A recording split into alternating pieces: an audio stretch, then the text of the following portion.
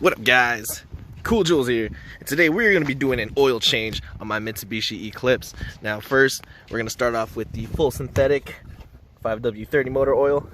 And I was going to go with the STP branded filter, but I decided to spend a little bit more money and get something of more quality. Alright, let's get this done. So what we're going to do first is we're going to pull the e-brake all the way up. What you're going to need for this project is a jack, some jack stands, and something to put your oil in. So now that the e-brake's all the way up, we're gonna have to provide extra safety. So you're gonna go back to one of your tires and put something like wood. Well, in my case, I'm gonna put a brick back. You wanna apply your jack stands underneath the metal bottoms of this vehicle. Sitting under the car here, this right here is my oil pan. That's a drain plug. And I got something to scoop up the oil after I'm done unscrewing this bullshit right here. 17mm. So the 17mm bolt refuses to come out, so we need something of more leverage. Maybe something like a breaker bar, but in my case I don't have one, so I have to use like a pipe or something of that nature. Hey, random street thug, can I borrow your pipe real quick? Hey, whoop my ass. Yeah, sure, man. Yeah, alright, awesome, yeah. Alright, so after a lot of pulling and tugging with the pipe, my street thug friend really helped me out. I'm beating you up for your car after. Alright, so just gonna head down here. We're just gonna loosen this up just a little bit. After some tugging and pulling, finally got the oil in the pan.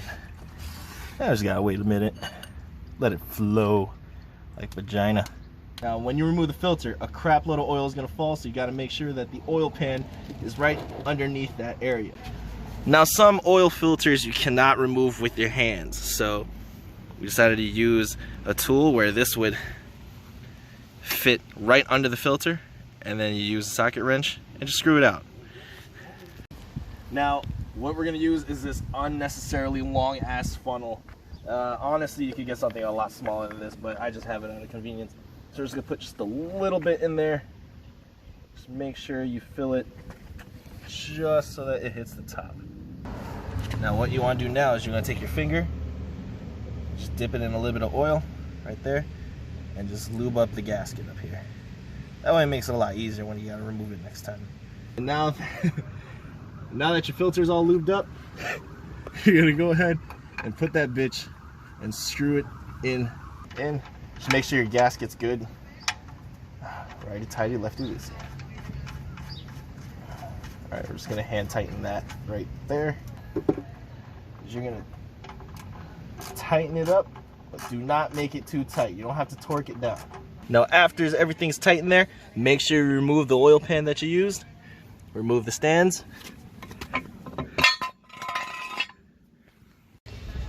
And lower the car slowly. Boom. Alright, we have successfully jacked up the car.